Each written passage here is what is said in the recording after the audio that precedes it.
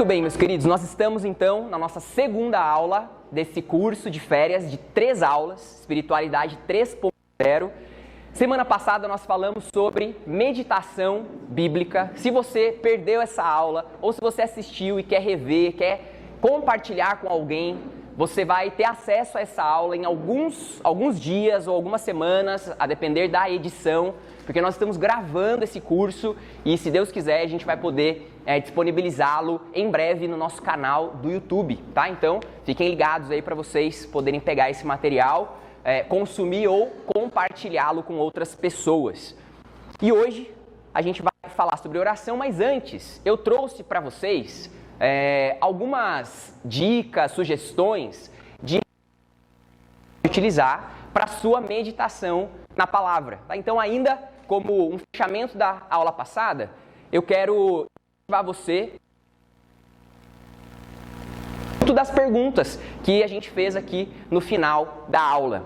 Então, eu sugeri um plano de leitura bíblica em um ano que você pode encontrar lá no aplicativo, nesse aplicativo da Bíblia, que você pode pesquisar lá na loja como Bíblia Sagrada YouVersion, e você pode encontrar esse plano de leitura. Tem lá no menuzinho embaixo, planos de leitura bíblica, tá? E você pode encontrar esse aqui, a Bíblia inteira em um ano, da Igreja das Nações. E eles estão publicando mensalmente. Então, está disponível de janeiro.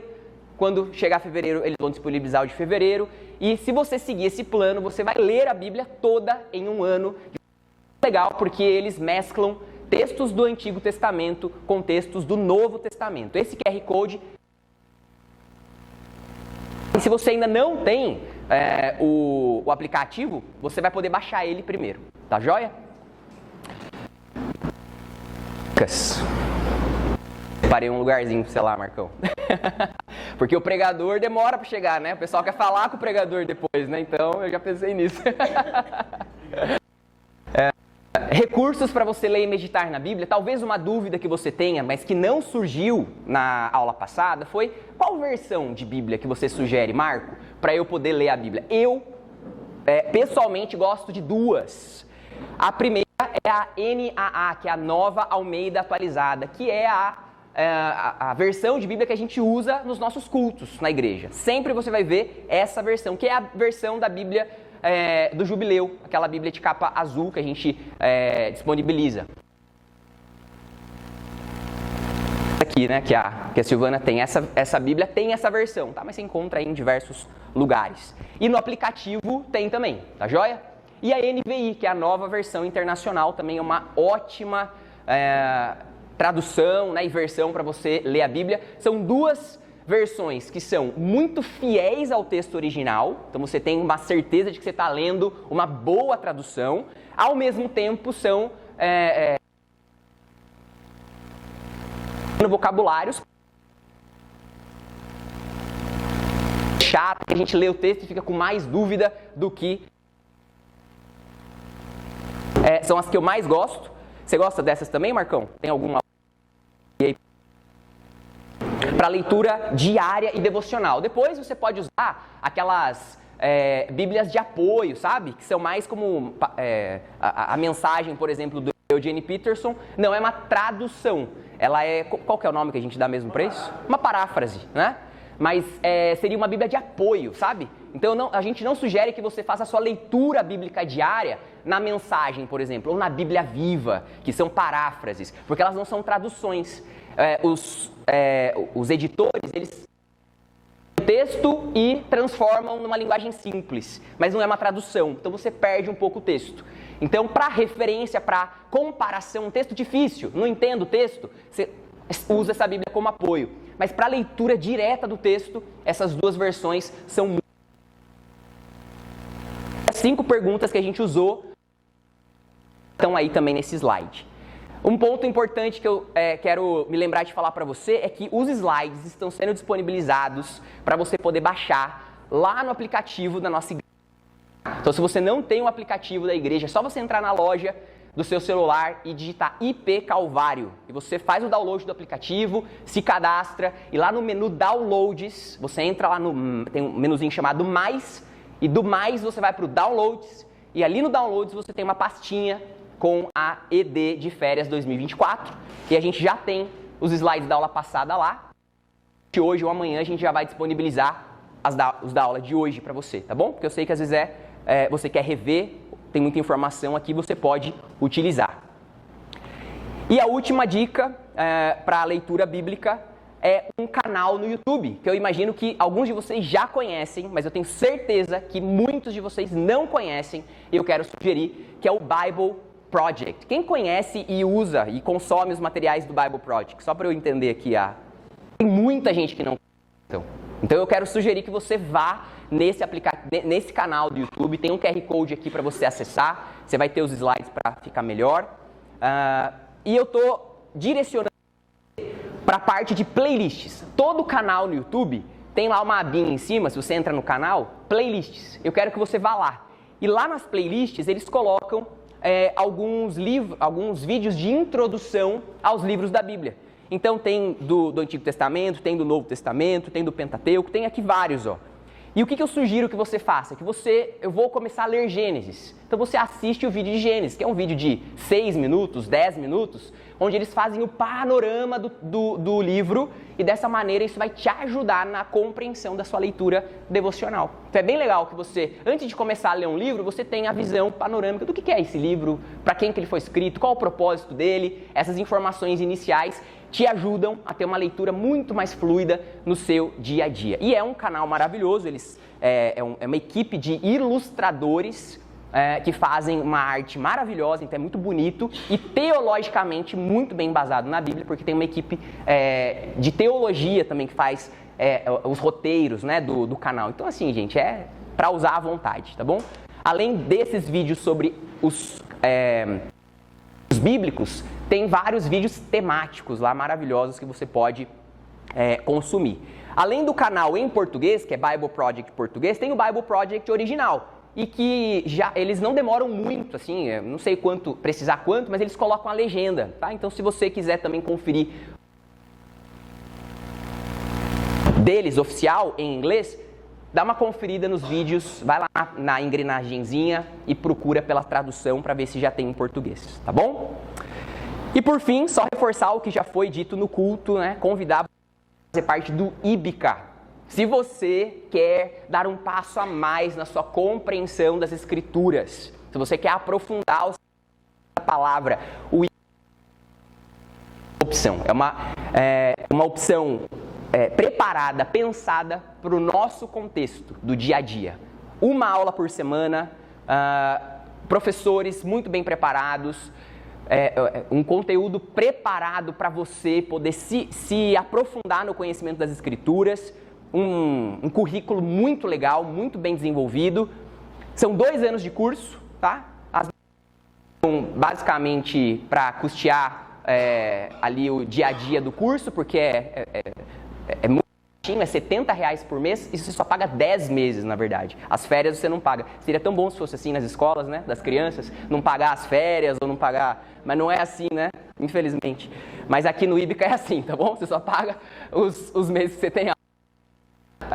São 10 meses por ano, né? E é R$70. As inscrições já estão abertas para a turma que vai abrir agora em fevereiro, e você pode fazer isso falando com a nossa secretaria, tá bom? Qualquer dúvida, a gente está à disposição. O Guilherme, quem mais que eu estou esquecendo? O Moisés, presbítero Moisés, né? E agora a gente vai começar então, tá bom? Nosso conteúdo de hoje. As disciplinas espirituais separadas umas das outras. Qual que é o meu objetivo hoje, e em todas as aulas aqui desse curso? É que você se sinta inspirado e direcionado a colocar em prática essas disciplinas com mais profundidade. Provavelmente você já usa elas, mas que você possa fazer isso com ainda mais. Eu sei que todas essas disciplinas, você pode gastar a vida toda estudando elas. Mas eu não quero que você se perca nessa tentação de primeiro eu tenho que dominar o assunto para depois começar a fazer. Não caia nesse engano. Porque se você tentar dominar logicamente o tema da meditação bíblica, você vai ficar a vida inteira para tentar dominar isso. Se você tentar dominar teologicamente o tema bíblico da oração, você vai ficar a vida inteira mergulhando e nunca vai esgotar, porque toda disciplina espiritual ela é muito profunda. Mas não significa que você primeiro tem que saber muito para começar a praticar, não. Um recém-convertido, conheceu a Cristo, ele já começa a meditar na Bíblia, ele já consegue, ele já pode fazer todas as disciplinas espirituais. E aí o que a gente faz? A gente gasta o resto da nossa vida aprofundando o nosso conhecimento em Deus e melhorando a maneira como a gente faz essas disciplinas espirituais. Mas o meu objetivo com a aula de hoje e todas as outras é que você já coloque em prática. Se você percebe que a sua vida de devocional está muito devagar, que aqui você tenha a inspiração e receba recursos práticos para você já sair daqui e fazer. E você gaste o resto da vida, como eu tenho feito, para aprofundar o seu dia a dia, tá bom? O pessoal está respondendo, já desde do final do ano passado, uma pesquisa. Se você ainda não respondeu, por favor, responda, sobre as disciplinas espirituais na nossa igreja. E eu trouxe uma informação sobre oração que a gente captou lá, por enquanto, das respostas já enviadas. A gente pergunta lá, com que frequência você costuma... 164 respostas, e destas, olha lá, quase 33% diz que ora muitas vezes por dia. Quase 24%, pelo menos 3 vezes por dia. Pelo menos uma vez por dia, 33% das pessoas. Pelo menos uma vez por dia. Eu não passo um dia sem orar. Mas tem algumas pessoas que oram algumas vezes na semana, né? Quase 10% desse grupo. Então vejam que dá para melhorar. E o meu objetivo é que a aula de hoje incentive você a intensificar ainda mais a sua vida de oração, a aprofundar e que mais do que cumprir um dever, que seja algo que você fala assim, como é que eu posso viver sem isso? Como é que eu posso passar um dia da minha vida sem orar? Que você veja o valor disso, o benefício e o prazer disso na sua vida. Esse é o meu desejo, essa é a minha oração, tá bom? Eu quero, para inspirar a nossa introdução, ler uma citação de um evangelista famosíssimo norte-americano, o Moody, e ele escreveu assim: aqueles que deixaram profunda marca nesta terra, amaldiçoada pelo pecado, homens e mulheres de oração, você descobrirá que a oração é a força poderosa que tem movido não somente a mão de Deus, mas também o homem. Se você quer ser alguém relevante para a sua geração, você precisa ser um homem, uma mulher, uma pessoa de oração. Isso é imprescindível, tá? Assim como a gente falou sobre a meditação nas Escrituras. Quando a gente lê o livro de Atos dos Apóstolos, a gente descobre ali qual era o foco da vida da igreja logo no início. Jesus foi para os apóstolos para iniciarem esse movimento do crescimento do evangelho. Ali o autor Lucas descreve para nós como era a dinâmica, a vida, o dia a dia da igreja primitiva, que estavam aquecidos com a pregação do evangelho nos primeiros dias, com o derramar do Espírito Santo que havia acabado de acontecer. E olha lá qual é a descrição dessa igreja. Eles perseveravam na doutrina dos apóstolos, orações. Doutrina dos apóstolos, o que acabamos de ouvir no culto, a importância de enchermos o nosso coração, abastecermos o nosso coração da verdade, da pureza, do ensino correto das Escrituras, aquilo que faz a gente crescer espiritualmente e guarda o nosso coração. Mas fechando aí esse texto também, orações. Eles faziam isso tanto de maneira particular como comunitária. Eles também se reuniam para orar, que é algo que a gente poderia resgatar, talvez com mais vigor no nosso tempo, não é mesmo? Mas Jesus, que é o nosso grande exemplo, sempre será o nosso grande exemplo para qualquer prioridade na sua vida. É só ler os evangelhos que isso fica claro. Você não tem dúvidas de que oração para Jesus era algo prioritário.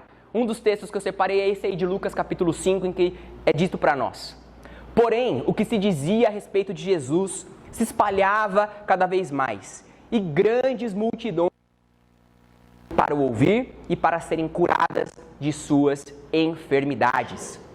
Jesus, porém, se retirava para lugares solitários e orava. Vocês percebem o contraste do texto?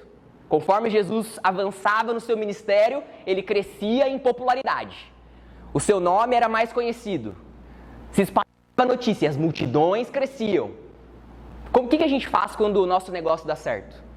O que a gente faz quando as coisas começam a funcionar, seja em um projeto pessoal, seja na nossa vida profissional? A gente começa a dar toda a nossa energia, toda a nossa ênfase para isso, não é? Às vezes se esquecendo da saúde, se esquecendo do cuidado com a família, se esquecendo da devoção. Certo, eu preciso focar nisso. Jesus não.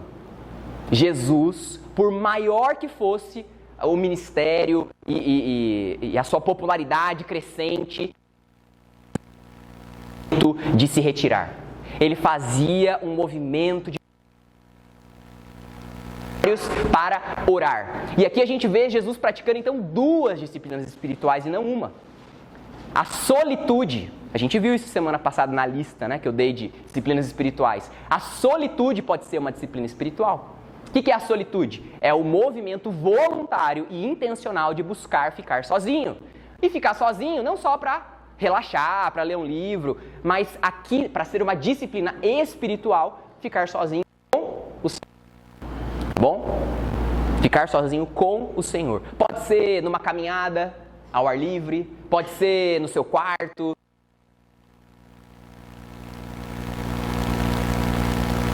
Com o Senhor. E aí então Jesus fazia uso desse ambiente mais propício para também orar. Jesus fazia isso. E essa é a chave do sucesso de Jesus no seu ministério, porque ele mantinha esse lugar de devoção, de busca, de comunhão, de confiança no Senhor, e isso fez com que ele tivesse uma vida de fidelidade do começo ao fim, de poder do começo ao fim, de profundidade do começo ao fim. Jesus tinha a oração como grande prioridade. Lembra que eu falei que oração é um tema que pode ser extremamente profundo, que você pode gastar a vida toda estudando. Você já pode começar a fazer quando você conhece o Senhor. Oração.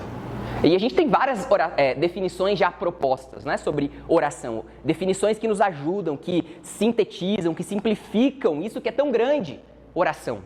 Mas eu quero propor uma. Humildemente, eu quero propor uma definição para vocês, muito curta, muito simples, muito objetiva e que vai guiar a nossa aula de hoje. Oração. O que é, afinal? Oração é comunhão e confiança em Deus, é claro. Comunhão com Deus e confiança em Deus. Vamos agora explorar essa definição no restante da nossa aula, tá bom? E se você tiver dúvidas, guarde, lá no finalzinho a gente vai deixar um tempo para você poder dividir conosco, tá bom? Olha lá esse texto de João capítulo 15, que é um dos textos que eu mais amo nas Escrituras, o ensino de Jesus sobre isso, sobre comunhão e sobre confiança. E Jesus está pregando e ele está ensinando o seguinte para os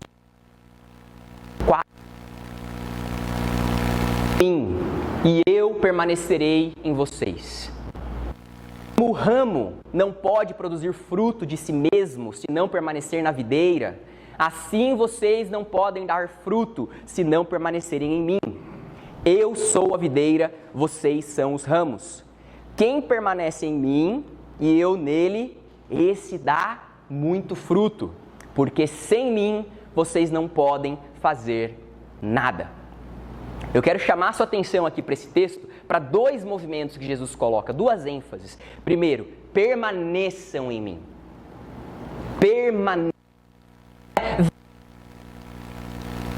Pede o que você quer e se retira e vai fazer suas coisas.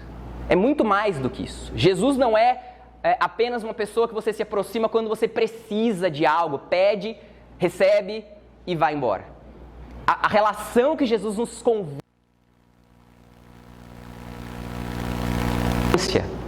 é uma relação de convivência.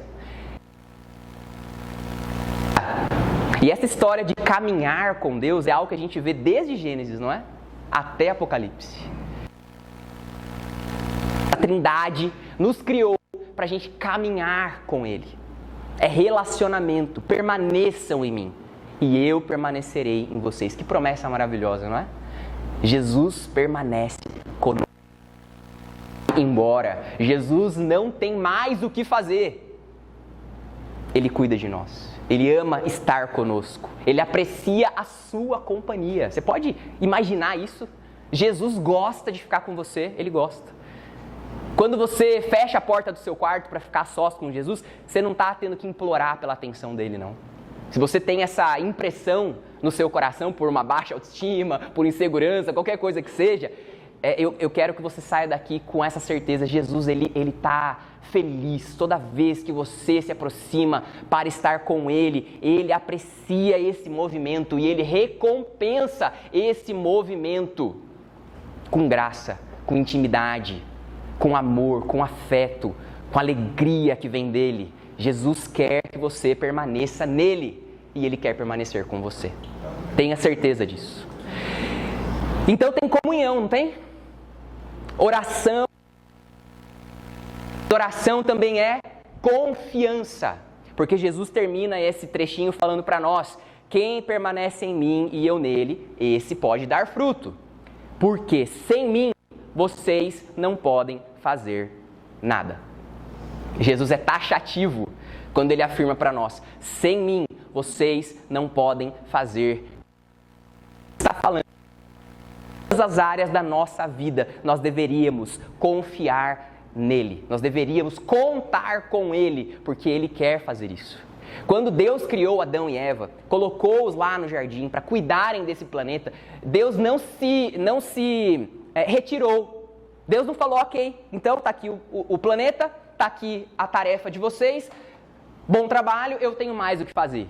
Você nunca vai ver Deus fazendo esse movimento. Pelo contrário, o movimento de Deus está aqui o planeta, desfrutem, cuidem, e está aqui a minha companhia, a minha presença, a minha pessoa, porque eu acompanho vocês, eu me coloco ao lado de vocês, eu estou junto de vocês para o cumprimento dessa missão. Envie os discípulos e todos nós, preguem o evangelho, ide por todo mundo. O que é que ele promete junto? E eu estarei com vocês dias até a consumação dos séculos. Esse é o movimento das Escrituras do começo ao fim. E você não pode perder isso. Se você perder isso de vista, você perde a vida com Deus. Você talvez vai se perder naquilo que a gente chama de religiosidade. A religião vai guiar a tua vida e não é isso que a gente quer. A gente quer que a religião seja um facilitador de algo que a gente chama de vida com Deus. Porque foi para isso que a gente foi criado, para experimentar vida com Deus. Então, oração é esse processo de comunhão e confiança. E aí, destrinchando ainda mais, eu quero colocar nas seguintes palavras para facilitar o nosso entendimento. A comunhão é o seguinte: eu oro porque eu quero estar mais perto de Deus. Esse é o aspecto da comunhão. O que move o meu coração para orar, em primeiro lugar, eu oro porque eu quero estar mais perto de Deus. Eu anseio por Deus, eu quero conhecê-lo mais, eu quero experimentá-lo mais no meu dia a dia, eu quero que Ele se apresente mais no meu cotidiano, eu quero que Ele tenha mais autonomia, Ele tenha mais espaço na minha vida, eu quero mais pertinho dEle, então eu oro. Então oração é uma busca por Deus em primeiro lugar, certo? É comunhão. Eu oro porque eu quero estar mais perto de Deus. E aí isso gera em nós uma reflexão. Do contrário, quando eu não oro, quando eu passo sem falar com Deus, quando eu passo sem falar com Deus, ou esporadicamente eu falo com Ele, o que isso revela sobre o meu coração com relação ao meu desejo de conhecê-lo? E eu falo isso não para que você se sinta mal, mas para que a gente possa só se ligar. O quanto eu oro revela o quanto eu quero conhecê-lo. É apenas uma reflexão para a gente poder fazer essa constatação interior. Mas tem o aspecto da confiança. Eu oro porque eu sem contar com o poder de Deus. Eu não sei você, garantida para mim e para você. Não é talvez Deus me ajude, é garantida. Ele vai te ajudar. O Hernandes tem uma frase, né, que promessa de Deus e realidade é a mesma coisa. O Hernandes falou então que promessa de Deus e realidade é a mesma coisa. Não precisa ter dúvida. Excelente. Para a gente finalizar, algo prático também para você fazer enquanto você ora, tá? Algo que eu tenho feito, tem me ajudado muito a ter mais fé para orar. Visualize o Senhor agindo. Visualize o Senhor agindo quando você vai orar por petição, por exemplo, tá? Marcos 25, Jesus ensinando. Tenham fé em Deus. Fé é importante para orar, não é? Componente importante. Tenham fé em Deus. Porque em verdade eu lhes digo que se alguém disser a este monte, levante-se e jogue-se no mar, e não duvidar no seu coração, mas crer que se fará o que diz, assim eu digo a vocês, que tudo o que pedirem em oração, creiam que já o receberam, e assim será com vocês. E quando estiver orando, se tiverem alguma coisa contra alguém, perdoem, para que o Pai de vocês que está nos céus perdoe as ofensas de vocês. De tudo que esse texto fala, eu quero destacar o centro dele, em que Jesus dá para a gente uma técnica, vamos dizer assim, uma orientação de como. Por isso eu digo a vocês, que tudo que vocês pedirem, é uma oração de petição, você vai pedir algo para Deus, creia que já o receberam. Creiam que já o receberam, e assim será com vocês. E como é que eu, pessoalmente, tenho tentado aplicar esse texto na minha vida? Visualize o Senhor agindo. Talvez você já tenha feito isso.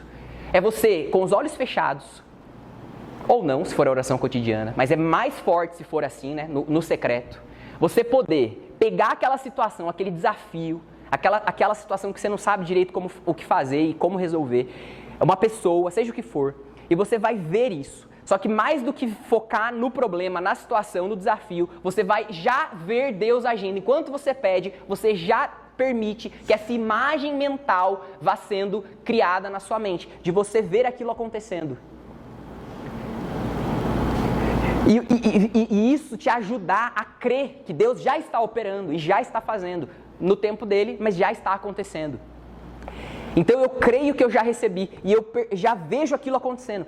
Isso é importante porque você já deve ter passado por isso várias vezes como eu. Às vezes a gente está angustiado com alguma coisa e a gente vai diante de Deus e o nosso olhar está no problema. Essa pessoa é difícil, por exemplo. Uma pessoa difícil. E aí a gente vai diante de Deus, essa pessoa é difícil, essa pessoa está assim, essa pessoa está assado. E tudo que a gente vê é o quê? A pessoa difícil. A gente não está vendo Deus, a gente está vendo a pessoa difícil, o coração difícil, o coração endurecido. E aí o que acontece? Isso gera fé no nosso coração? O problema lá que a gente não sabe resolver, a gente vê o problema. A gente está lá, lamentando diante de Deus, mas a gente não está com fé para pedir. Porque a gente está perdendo de vista a ação de Deus. É como Pedro caminhando sobre as águas. As ondas chamam mais atenção e você perde de vista o Deus Todo-Poderoso que está pertinho de você. E que diz que você não precisa temer. Então, qual que é o movimento que a gente deve fazer? Você reorienta a sua visão e a sua mente. Isso, os atributos dele. Ele é grande, ele é poderoso, ele é forte, ele é mais sábio do que eu, então ele vai resolver isso, mesmo que seja diferente do que eu estou pedindo. Ele é bom, ele me ama, ele é pai. Tudo isso vem na minha mente. E eu, então, vejo esse Deus agindo e transformando, e curando, e resolvendo, e colocando ordem, e trabalhando, e resolvendo. E isso vai sendo... imprimido na minha mente enquanto eu oro. A forma que eu tenho visto que me ajuda a seguir essa orientação de Jesus. Creiam que vocês já o receberam e tenham fé. Último slide. Para você ir embora para casa com isso gravado no seu coração. Você não foi criado para fazer as coisas sozinho ou na sua força. O plano de Deus sempre foi, é e será estar conosco e nos ajudar. Então, quando você acordar amanhã, segunda-feira, e você tentar visualizar o seu dia com todas as demandas, e isso trouxer para você um sentimento de insegurança, ou hoje à noite, lembra disso aqui, ó. Você não foi criado para fazer as coisas sozinho. Seja lá o que for que você tem para fazer, seja lá o que for que caiu nas tuas mãos para você resolver, você não foi criado para andar na sua própria força. O plano de Deus, gente, de Gênesis a Apocalipse, abram os olhos e vejam, é um Deus maravilhosamente poderoso e bom, que propõe, que nos convida, eu quero andar com você. E você, quer andar comigo? Isso muda a nossa vida. Isso muda o nosso dia. Eu quero dar pouco tempo, 5 minutinhos, para perguntas práticas com relação à oração. Alguma coisa que talvez você queira uma dica, uma sugestão, uma orientação. Se você tem alguma, você tem um tempinho agora, rapidinho, tá? E claro que depois a gente pode conversar mais em outras oportunidades, tá bom? Alguém gostaria de fazer uma pergunta? Que você interpreta pedir e não receber porque pedir mal. Como eu interpreto o texto? Pedis e não recebes porque pedis mal. É aquela história. Se vocês, Jesus fez uma promessa, né? Se vocês permanecerem em mim, peçam e você receberá. Não dá para desconectar, né? A gente pede mal quando a gente está longe dele. Quando a gente está mais ensimesmado, né? É isso que eu imagino. Quando a gente perde de vista o Senhor e a gente só olha para a vida com os nossos próprios olhos. E aí a gente pede mal. E a partir da nossa própria lente, né? E aí a gente não vai receber, porque Deus é tão bom, que Ele não vai entregar para você e para mim algo que não vai ser bom para a gente, ou do jeito que não vai ser o melhor. Então, conforme a gente vai se aproximando de Deus em comunhão, a nossa oração vai ficando mais parecida com a vontade de Deus. Por isso que Jesus tinha certeza de que o que Ele pedia acontecia. E Ele agradeceu o Senhor por isso, né? Pai, eu te louvo, porque o que eu te peço o Senhor me dá. Porque Ele conhecia perfeitamente a vontade do Pai. Então não tinha nenhuma possibilidade de Jesus pedir algo que não era a vontade do Pai. E esse é o nosso objetivo. Esse é o nosso objetivo, de caminhar com Deus a ponto da gente ficar mais parecido com Jesus, e aí a nossa oração fica mais correta, digamos assim, né? Fica mais próxima da vontade do Senhor, e aí a gente ora o que Deus quer fazer. Entendeu? A gente ora o que Deus quer fazer. Oi? Ter um coração igual ao do Senhor. Exato, hoje no culto, ter um coração igual ao dele é a nossa oração, e é o nosso pedido, e a nossa oração é transformada por isso. Perfeito. Mais uma pergunta? Eu queria saber se aquele livro que você indicou, o último, Esse aqui? O Conhecimento do Santo? é indicado para quem não é convertido. Se é alguém que está desejoso em conhecer a Deus, sim. Ele não é evangelístico, ele não é apologético, mas é assim, poxa, Deus, eu estou interessado, quero saber mais como é esse Deus que a Bíblia apresenta. É um livro ótimo, porque ele tem uma linguagem maravilhosamente acessível, não é difícil, ele não é um tratado teológico, ele é devocional. A pessoa está aberta para conhecer o Deus revelado nas Escrituras, com certeza é uma boa literatura. Lucas. Marcos, você vê assim, a oração, ela tem poder. Os planos de Deus. Como saber, talvez, se a hora de deixar de insistir no pedido, porque aquele pedido não faz parte. Ótimo. O Lucas está perguntando se a oração muda os planos de Deus, quando que a gente sabe o limite, né? Quando que eu paro de orar por alguma coisa. A Bíblia fala muito sobre isso. Ela fala que A oração muda as coisas. Os planos de Deus não, mas muda as coisas, tá? Então a oração muda o coração das pessoas, a oração muda situações, a oração muda a minha vida, a oração muda, porque é Deus agindo, certo? Eu peço a ação de Deus, e quando Deus age as coisas mudam, ponto. Agora, muda os planos de Deus? Não. Os planos de Deus, quando a gente coloca os planos de Deus nesse nível macro, né, de para onde a humanidade vai, o cosmos, a salvação, esse plano de Deus que já está escrito antes da fundação do mundo, eu posso orar o quanto eu quiser que vai acontecer do jeitinho que Deus quis. Mas Ele abre espaço. Deus criou as coisas de tal maneira, isso é maravilhoso, que a história que Ele está escrevendo tem espaço para a nossa oração. Tem espaço. E eu posso viver mais ou menos uma vida mais plena, por exemplo, ou mais abençoada por Deus, se eu oro mais ou menos também. Deus quer me abençoar? Quer. Mas eu vou receber mais das bênçãos dele se eu orar mais. Então isso está no dentro do meu espaço de atuação, de ação. Mas muda os planos de Deus? Não. Deus vai abençoar quem mudar ele. Então isso também faz parte do plano dele, entendeu? Deus desenhou esse universo e o planeta e a vida de tal maneira que quem busca recebe. Então esse é o plano de Deus, entende? Nesse sentido. Mas muda coisas? Muda. Pode orar. Quando saber a hora de parar de orar? Quando Deus falar para você parar de orar, igual Paulo fez. Paulo pediu 3 vezes para ser curado.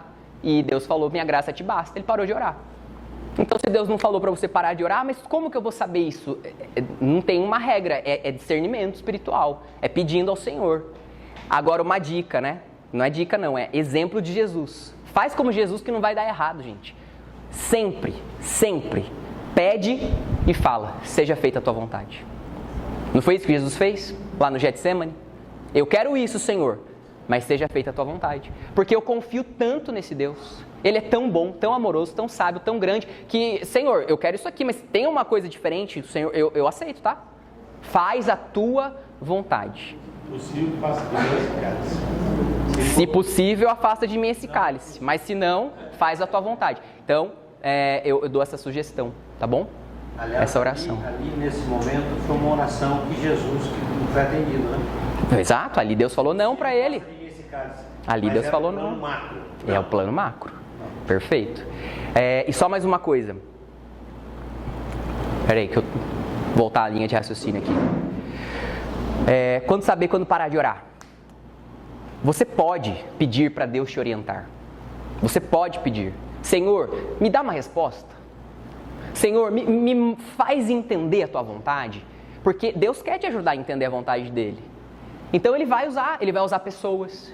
Ele vai usar um texto bíblico. Ele vai usar uma canção. Ele vai usar um pregador. Ele vai usar alguma coisa. E se você estiver orando por isso, o Espírito Santo vai falar, tá vendo, filho? Aqui um sinal, outro sinal, um negócio aqui. E isso vai te ajudando a discernir a vontade de Deus. Isso pode acontecer na nossa vida cristã.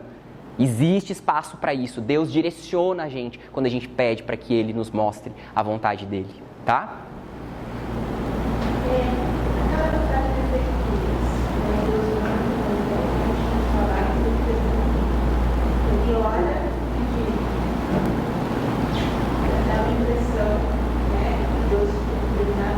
Aham.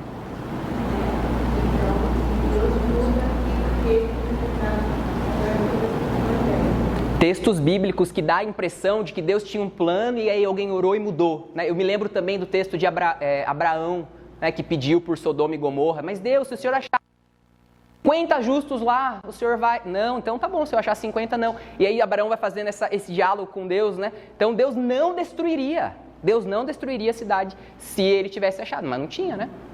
Então, é essa dinâmica que eu estou dizendo. O plano de Deus envolve também, lembrem disso, ó, o plano de Deus envolve também a oração. Está dentro, tem espaço para a gente pedir coisas. E quando for oportuno, quando tiver espaço para mudanças, Deus vai mudar. Mas o plano dele não mudou. É que o plano dele inclui ouvir os seus filhos. Olha que louco isso, olha que poderoso. Inclui ouvir os seus filhos. E ele está aberto para direcionar a mão dele de vez em quando, não é toda vez, não é a gente que manda em Deus, mas ele tem espaço. Os ouvidos dele estão atentos para ouvir o nosso clamor. E ele direciona, ele muda algumas coisas. Mas não pela misericórdia dele. Mas não confundam as coisas. Deus não está mudando os planos dele como essa coisa grande. Ele está deixando espaço para eu e você, como filhos, termos acesso à presença dele, à sala do trono, e fazermos pedidos ao Senhor. E ele fazer alguma mudança. Sim, Marcão. Estou me lembrando aqui, Marcos, o sermão profético do Senhor Jesus, Mateus 24 a 26, quando ele está falando a respeito da sua segunda vinda, ele diz, olha, vai haver uma grande tribulação, e se não fosse abreviada essa tribulação, até mesmo os eleitos apostatariam da fé, e é nesse contexto que ele diz, olha, é inevitável que eu venha, vai haver sofrimento, mas orem para que a sua fuga não seja no inverno, não seja, providencie uma condição menos difícil. Isso, exatamente. Então, muito legal isso, Marcão. Então tem um plano eterno de Deus, vai vir tribulação, a volta de Cristo vai ser precedida de sofrimento, mas orem, porque eu tenho espaço nesse plano para ouvir você. É isso, perfeito. Excelente texto, Marcão. Tipo assim, não me peçam para que eu não mande a tribulação. Não adianta orar para não vir grande tribulação, isso está determinado. Mas orem. Mas pode. Seja confortável. Ó, excelente, Marcão. Obrigado. É isso aí. Espero que tenha ficado mais claro. Quando ele não nos atende, na medida do que a gente acha, ele nos consola e nos fortalece para que a gente passe ouvindo aquilo que a gente Com certeza. Ele lembra que a gente sempre é recompensado. Então, se ele não te der exatamente o que você está pedindo, alguma coisa ele vai te dar e vai ser muito bom. Nós vamos terminar. Deus abençoe a sua vida, Deus aqueça o seu coração, que você seja uma pessoa que ora ainda mais. Conte com Deus para isso, tá? Conte com o Espírito Santo para isso. E semana que vem, para a gente fechar essa escola discipuladora de férias, a gente vai falar sobre jejum. Então, você quer saber mais sobre jejum e quer saber como pôr em prática o jejum de forma bíblica, não deixa de vir na semana que vem, tá bom? Deus te abençoe, uma ótima semana e a gente se vê semana que vem.